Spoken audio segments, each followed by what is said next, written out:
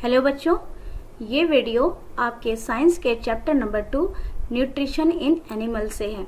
इससे पहले की वीडियो में मैंने आपको डाइजेस्टिव सिस्टम इन ह्यूमंस पढ़ाया था और आज मैं डिस्कस करूंगी डाइजेशन इन ग्रास ईटिंग एनिमल्स। तो आप सोच रहे होंगे कि ह्यूमन डाइजेशन और ग्रास ईटिंग एनिमल्स के डाइजेशन में क्या डिफरेंस होता है।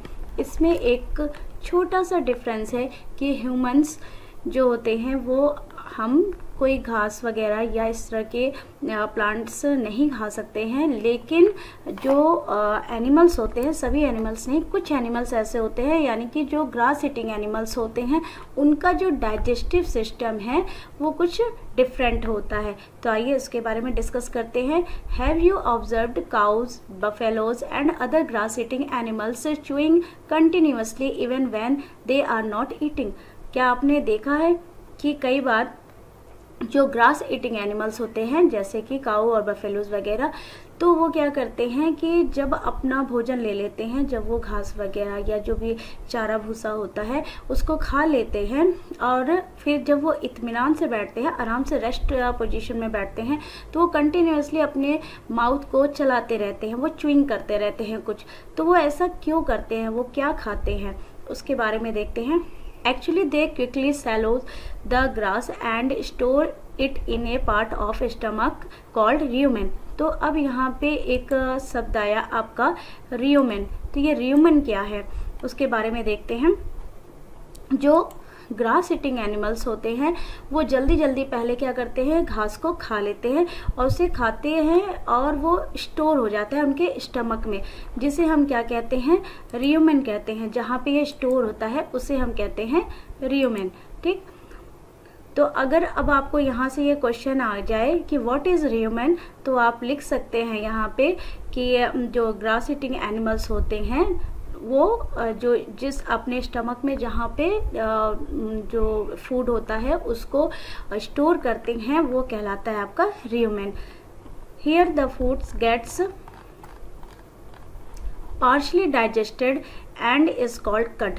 अब क्या होता है कि जब वो ग्रास को खाते हैं तो उसको सेलो कर जाते हैं, तो जब वो सेलो करते हैं तो वो थोड़ा तो उनके माउथ में डाइजेस्ट हो जाता है। तो जो इस तरह से जो पार्शली डाइजेस्ट फूड होता है उसे हम यहाँ पे, अब एक और वर्ड आया आपका कड। ठीक है, तो ये कड क्या है उसके बारे में देखते हैं। जो पार्शली डाइजेस्ट फूड होता है उसे हम कहते हैं कड। But later the cud returns to the mouth in small lumps and the animals chews it. अब क्या होता है कि जो आपका जो एनिमल्स हैं, आपके एनिमल्स, वो क्या करते हैं, जो कड होता है उसको वापस अपने माउथ में लाते हैं छोटे छोटे लम्प्स के रूप में और उसको चबाते रहते हैं। This process is called rumination. और ये प्रोसेस क्या कहलाया, रियूमिनेशन। ठीक है, यहाँ ये देखिए रियूमिनेशन। तो अब यहाँ से भी एक आपका क्वेश्चन बनता है कि व्हाट इज रियूमिनेशन। तो आप इसके आंसर में लिखोगे the cud return to the mouth, sorry यहाँ से ऐसे लिख सकते हैं कि the grass eating animals after swallowing the grass cud returns to the mouth in small lumps and the animals chews it। तो उसको ये जो प्रोसेस है, दिस प्रोसेस इज कॉल्ड रियूमिनेशन। तो ये प्रोसेस आपकी क्या कहलाई, रियूमिनेशन। ओके, और इसके आगे एक और चीज आ रही है, and these animals are called ruminants. अब रियूमिनेंट्स क्या है, जो भी ग्रास ईटिंग एनिमल्स होते हैं उनको हम क्या कहते हैं, रियूमिनेंट्स कहते हैं। और ये जो प्रोसेस है वो क्या कहलाई, वो कहलाई रियूमिनेशन। तो यहाँ पे आपको तीन चीजें मिल रही हैं। पहला जो ऊपर था आपका कि व्हाट इज रियूमेन, दूसरा आएगा आपका व्हाट इज कर्ड, तीसरा है व्हाट इज रियूमिनेशन एंड थर्ड है रियूमिनेंट्स। तो रियूमिनेशन क्या होता है, ये जो पूरा प्रोसेस है कड को वापस च्यू करने का, पचाने का, वो कहलाता है रियूमिनेशन। और जो भी ग्रास ईटिंग एनिमल्स होते हैं जिनमें ये प्रोसेस होता है वो कहलाते हैं। यहाँ पे हम देखेंगे कि डायग्राम देखिए, ये आपका जो एरिया है वो है आपका रियूमेन एरिया, यानी कि इस एरिया में ही क्या होता है, जो ग्रास होती हैं जो सेलो करके अंदर आती हैं वो यहाँ पे क्या होती है, स्टोर होती हैं। और ये जो यहाँ से ये जो लाइन गई है ये क्या है, ये है एसोफेगस, ठीक। इसी के द्वारा माउथ से अंदर होते हुए इस नलिका के द्वारा फूड कहाँ आता है, र्यूमेन में आता है। फिर उसका यहाँ पे ये देखिए, इनका यहाँ पे स्मॉल इंटेस्टाइन है, यहाँ पे लार्ज इंटेस्टाइन है। तो डाइजेशन के बाद फूड एनस के द्वारा बाहर निकल जाता है और ये है इनका स्टमक, ठीक। तो ये इस तरह से यहाँ पे इनके पूरे बॉडी पार्ट्स इंटरनल वो दिखाए गए हैं। उसके बाद अब हम देखते हैं कि the grass is rich in cellulose. अब एक यहाँ पे एक और चीज आई, cellulose. What is cellulose? Cellulose क्या होता है उसके बारे में देखिए। आपको ये पता है कि ये जो आपके एनिमल्स या प्लांट्स होते हैं सभी में क्या पाए जाते हैं, सेल्स पाए जाते हैं, ठीक। तो प्लांट में जो सेल्स पाए जाते हैं उनके चारों ओर क्या होती है कि सेल वॉल होती है। वो जो सेल वॉल होती है वो बहुत ज़्यादा हार्ड होती है और उसको क्या करते हैं कि जो हमारे अंदर जैसे ह्यूमंस जो हैं उसको पचाने की क्षमता नहीं होती, वो बहुत ज़्यादा हार्ड होते हैं। और ये जो सेलुलोज होते हैं ये भी क्या होते हैं, टाइप ऑफ कार्बोहाइड्रेट होते हैं, ठीक है। तो ये जो कार्बोहाइड्रेट होते हैं ये सेलुलोज में पाए जाते हैं और ये जल्दी इजीली क्या होते हैं कि ब्रेक डाउन नहीं हो पाते हैं, इसलिए हम इन जो भी ग्रास होते हैं उसको नहीं खा पाते हैं। और जो ग्रास ईटिंग एनिमल्स होते हैं उनमें एक और चीज़ पाई जाती है, वो होती है एक बैक्टीरिया होती है इनके अंदर।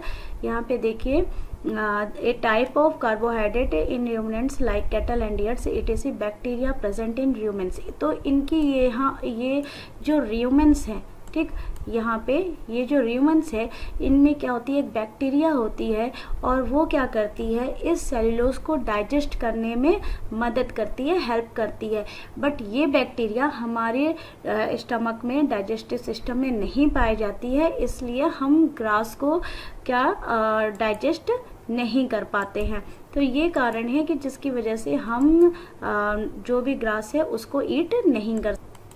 Helps in digestion of cellulose, तो ये किस में मदद कर रही हैं, बैक्टीरिया सेल्यूलोज के डाइजेशन में। Many animals including humans can not digest cellulose. तो ऐसा नहीं है कि सिर्फ ह्यूमंस ही सेल्यूलोज को डाइजेस्ट नहीं कर सकते हैं, कुछ और भी एनिमल्स होते हैं जिनमें ये बैक्टीरिया नहीं पाई जाती है, ये पूरा प्रोसेस नहीं पाया जाता है, तो वो भी क्या करते हैं, ग्रास को नहीं खा सकते हैं।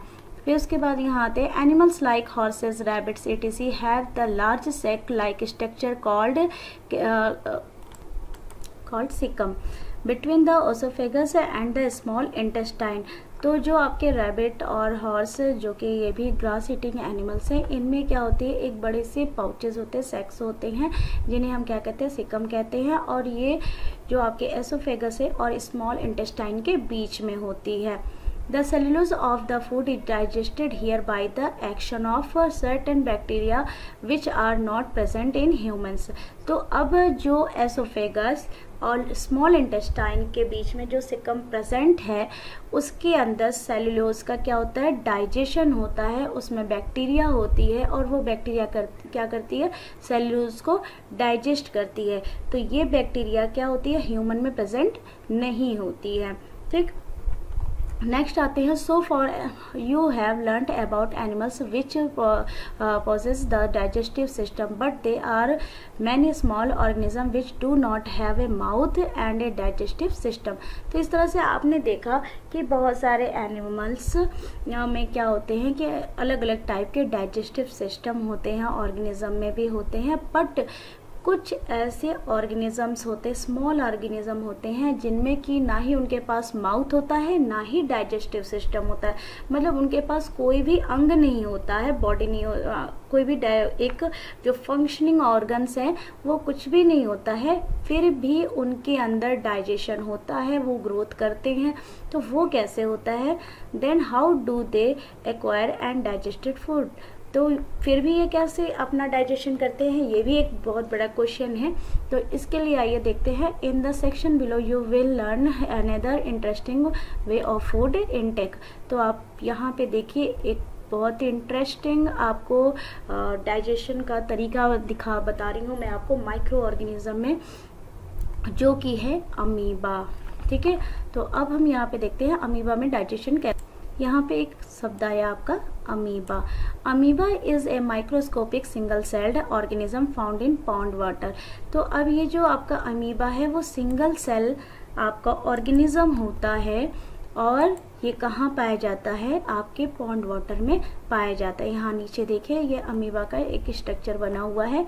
Amoeba has a cell membrane. Amoeba में क्या होती है, सेल मेम्ब्रेन होती है। तो इसके यहाँ पे देखिए ये जो बाहर के ये पोर्शन दिख रहा है, ये जो है इसके अंदर इनर में क्या है, सेल मेम्ब्रेन है। ठीक, सेल की जो ऊपर जो परतें होती हैं वो कहलाती हैं cell membrane. A rounded dense nucleus and many small bubbles like vacuoles. तो इसके अंदर क्या है, एक डेंस न्यूक्लियस है जो कि यहाँ पे है, ये देखिए एक न्यूक्लियस है, और इसमें छोटे छोटे क्या है, फूड वैक्यूल्स है, जो आपके स्मॉल बबल्स के रूप में इसमें दिखाई देंगे आपको।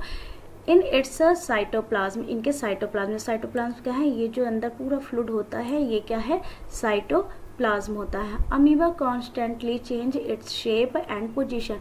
अब अमीबा क्या करता है कि कॉन्स्टेंटली लगातार ये अपने शेप को चेंज करता है। अब ये जो आपको ये जो शेप दिख रहा है पूरा, ये बाहर का ये जो शेप दिख रहा है, ये कोई इसका एक फिक्स शेप नहीं होता है, कंटिन्यूअसली इसका शेप इसका बदलता रहता है, अकॉर्डिंग इसके जो भी फंक्शनिंग होते हैं उसके अकॉर्डिंग ये बदलता रहता है।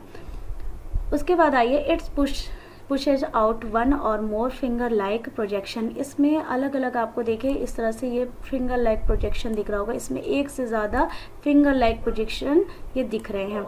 ठीक, तो अब इसे क्या कहते हैं, हम इसे कहते हैं सूडोपोडिया। ये क्या कहलाया आपका, सूडोपोडिया कहलाया। इसे हम और क्या कहते हैं, फॉल्स फिट कहते हैं, मतलब कि नकली पैर। तो अब जो अमीबा है, यहाँ पे बात हुई कि इनके पास जब कुछ भी नहीं होता तो ये अपना फंक्शन कैसे करते हैं।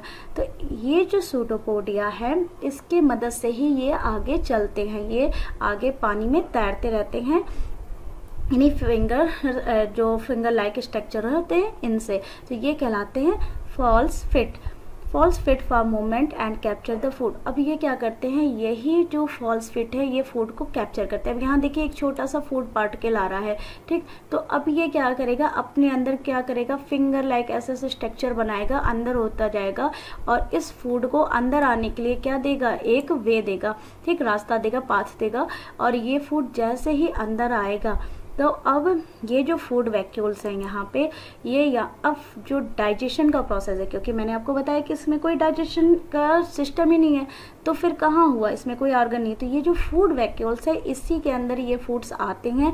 यहाँ पे इसका क्या होता है, डाइजेशन होता है, और डाइजेशन के बाद जो भी उसका वेस्ट प्रोडक्ट होता है वो देखिए यहाँ से ये इस तरह से बाहर कर दिया जाता है। ठीक है, जो अनडाइजेस्टेड पार्ट है वो यहाँ पे आएगा और धीरे धीरे एक साइड से बाहर कर दिया जाएगा। तो इस तरह से माउथ ना होते हुए, कोई डाइजेस्टिव सिस्टम ना होते हुए, कोई भी हैंड फिट कुछ भी ना होते हुए, ये फिर भी अपना क्या कर रहा है, डाइजेशन कर रहा है। किसके द्वारा, सूडोपोडिया के द्वारा, फूड वैक्यूल्स के द्वारा। ठीक है, ये जो फूड पार्टिकल्स इस तरह से इसके अंदर आ रहा है, ये प्रोसेस इसकी क्या कहलाती है, एडिशन कहलाती है, जो कि हमारे अंदर भी होता है। यहाँ देखिए, amoeba feeds on a some microscopic organism when its senses food it pushes out pseudopodia around the food particles and engulfs it the food becomes trapped in a food vacuoles. तो अभी जो मैंने आपको ऊपर प्रोसेस पूरा समझाया कि जैसे ही इसको सेंस मिलता है कि इसके आसपास छोटे छोटे माइक्रो ऑर्गेनिजम्स हैं जो इनका फूड होता है, वो जैसे इनको पता चलता है कि सेंस लगता है कि कोई फूड पार्टिकल इनके आसपास है, तो सूडोपोडिया क्या करती है कि एक प्रोजेक्शन फिंगर लाइक बनाती है, और उसमें वो फूड पार्टिकल्स क्या होते हैं, अंदर चले जाते हैं। फिर वैक्यूल्स के अंदर क्या होते हैं, पकड़ लिए जाते हैं, ट्रैप्ड कर लेते हैं, और वहाँ पे इनका क्या होता है, डाइजेशन होता है। Digestive juice are secreted into the food vacuoles, और जो फूड वैक्यूल्स है वहीं पे डाइजेस्टिव जूस निकलते हैं, जो क्या करते हैं, उस जो ऑर्गेनिजम्स है, माइक्रो ऑर्गेनिज्म, उसको क्या करता है, डाइजेस्ट करता है।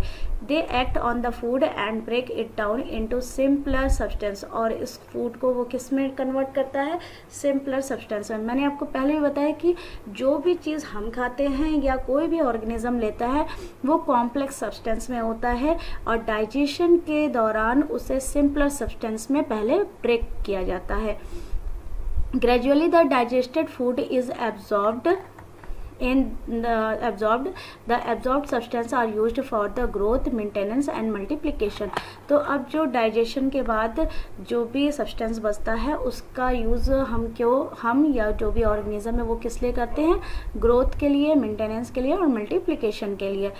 तो यहाँ जो अमीबा है वो भी क्या करेगा, अपना ग्रोथ करेगा, उसके बॉडी के अंदर जो भी मेंटेनेंस होगी उसको कंप्लीट करेगा और मल्टीप्लिकेशन करेगा, मतलब एक अमीबा से 2 अमीबा में क्या होगा, मल्टीप्लाई करता जाएगा।